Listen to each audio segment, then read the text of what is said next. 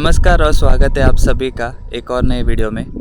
तो आज हम लोग नासिक के पास एक बहुत ही सुंदर और अंडररेटेड फोर्ट पे जाने वाले हैं जिसका नाम है आर्ट फोर्ट। अब काफ़ी लोगों ने इसका नाम इतना सुना नहीं होगा क्योंकि ये बाकी के जो नासिक के फोर्ट है उनमें से इतना फेमस नहीं है।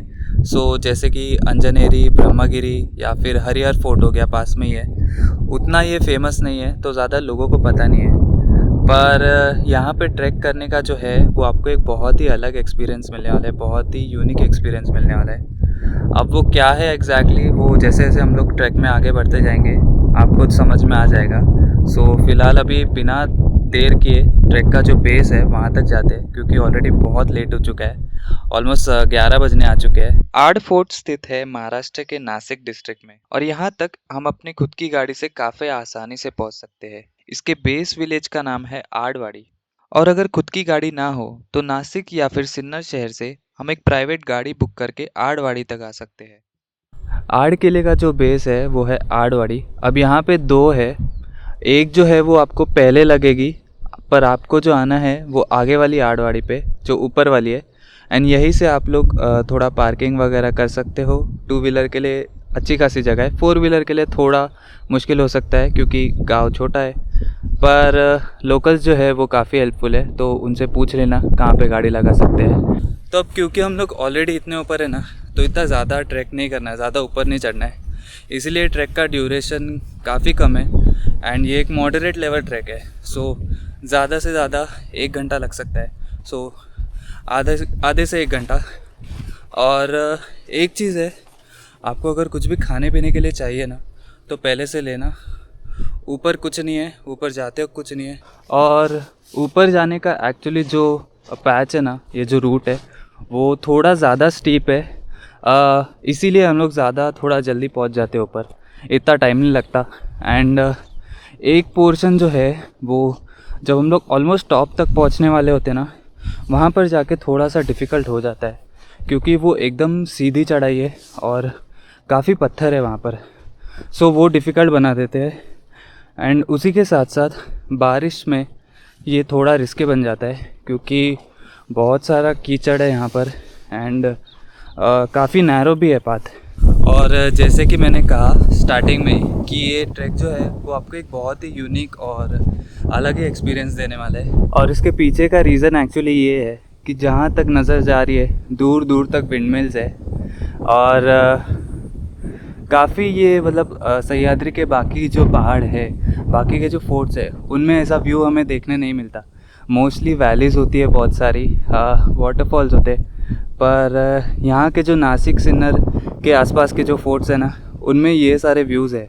तो क्योंकि अभी ऊपर आए एक बार अच्छे से जो रूट है वो दिखा देता हूँ।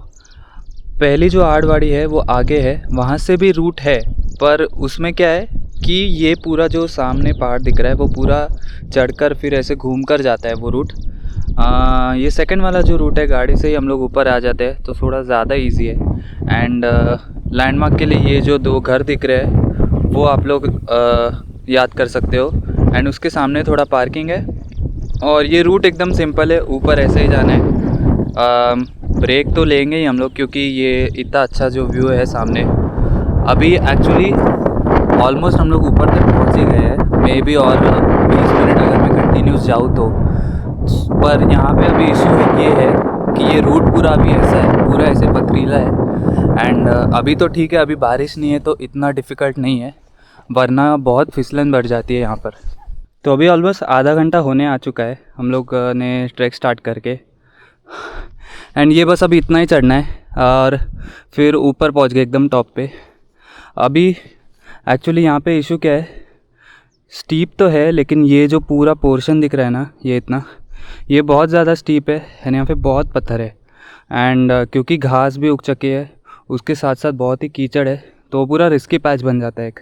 अब जैसे ही हम लोग ऊपर टॉप तक पहुँचते ना तो ये जो पुरानी पत्थरों में तराशी गई हुई सीढ़ियाँ है वो दिखाई देना स्टार्ट होती है, तो उसी से समझ लेना कि एक्चुअली ऊपर तक आ गए हैं। तो फोर्ट की हाइट भले ही छोटी है पर इसका जो टॉप है, इसका जो जिसे पठार बोलते हैं या फिर प्लाटू, वो बहुत ज़्यादा बड़ा है। एंड वैसे अभी यहाँ पे ज़्यादा अवशेष बचे नहीं है देखने के लिए, मेजॉरिटी जो है वो बहुत सारी पानी की टंकियाँ हैं, छोटी से लेके काफ़ी बड़ी भी है। अब क्योंकि सितंबर आधा ख़त्म हो चुका है तो सह्याद्री में बहुत सारे किलों पे, बहुत सारी जगहों पे ऐसे फूल उगना स्टार्ट हो चुके हैं। एंड बहुत लोग देखने जाते हैं ये सब, स्पेशली जैसे रतनगढ़ हो गया, राजगढ़ हो गया या फिर कास पठार हो गया, वहाँ पे बहुत ज़्यादा संख्या में फूल उगते हैं। तो ये किले का ऑलमोस्ट पूरा टॉप मोस्ट पॉइंट है। एंड ये पूरे सारे जो पुराने जो वाड़े थे या फिर जो रूम्स थे उनके बचे हुए अवशेष है। अभी यहाँ पे एक्चुअली ढूंढने का ट्राई कर रहा हूँ कि मुख्य प्रवेश द्वार कहाँ पे था, क्योंकि अभी यहाँ पे इतना कोई आता नहीं है, तो वेल मार्क नहीं है, रूट्स नहीं है प्रॉपर, सो बीच बीच में ऐसे कहीं से भी जाना पड़ रहा है। और जितना मुझे याद है, जितना मैंने थोड़े बहुत वीडियोस देखे, उसमें आई थिंक ये जो है वो वीरगढ़ है। सो अभी वहाँ तक जाते हैं और फिर ट्राई करता हूँ कि दूसरे साइड जाऊँ। और एक्चुअली यहाँ पर जो आजू बाजू के फोर्ट्स है वो भी दिखते काफ़ी, सो थोड़ा ट्राई करता हूँ कि देखूँ कौन से कहाँ पर है, समझ लेता हूँ। यही है वो वीरगढ़। सो जो शहीद हो जाते थे उनके रिस्पेक्ट में या फिर उनके लिए बनाते थे, ताकि आगे वाले आने वाली जो जनरेशन है उनको पता चले कि उनके जो पूर्वज थे उन्होंने क्या किया था। तो यहाँ पर भी कुछ अवशेष है, सारे बॉर्डर्स जो दिख रहे हैं। एंड अभी आगे पूरा वहाँ तक देखता हूँ, क्योंकि मुझे नहीं लगता अभी ये जो फॉग आना स्टार्ट हो चुका है वो इतना जल्दी क्लियर होगा। तो 8 फुट का मेनली यूज़ किया जाता था एज अ वॉच टावर। भले इसकी हाइट इतनी नहीं है पर इसका जो प्लेटो है वो ज़्यादा बड़ा है। सो यहाँ पे जो वाटर टैंक्स है उनकी संख्या काफ़ी ज़्यादा है, और उससे हमें पता चलता है कि एक टाइम पे यहाँ पे बहुत सारे लोग थे, बहुत सारे सैनिक तैनात होते थे, ताकि ये जो आसपास के रूट्स है, ट्रेड रूट्स है, उन पे पूरी निगरानी रख सके।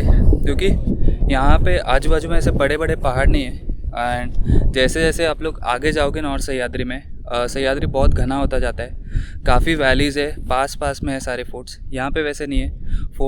जो फोर्ट्स है वो थोड़े दूर दूर है, एंड एक फोर्ट के बाजू में बहुत प्लेन एरिया है पूरा। और ऊपर क्योंकि रूट्स मार्क नहीं है, लोग आते हैं तो रूट जो अपने आप ऐसे बन जाते हैं, पर यहाँ पे ऐसा नहीं है। सो ऐसे बीच बीच में से कहीं से भी जाना पड़ रहा है। एंड जैसे बोला मैंने कि बहुत सारी पानी की टंकियाँ है, उसमें से ही कुछ यहाँ पर है, अभी ऐसी दूसरे साइड में भी है एंड काफ़ी बड़ी है।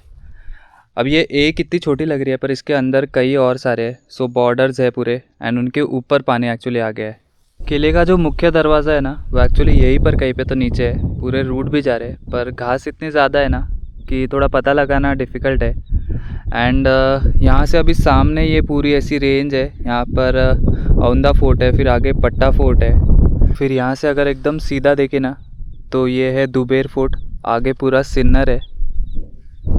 तो अभी वेदर काफ़ी क्लियर हो चुका है, सो थोड़े बहुत यहाँ पे जो फोर्ट्स दिखते हैं वो देखते हैं।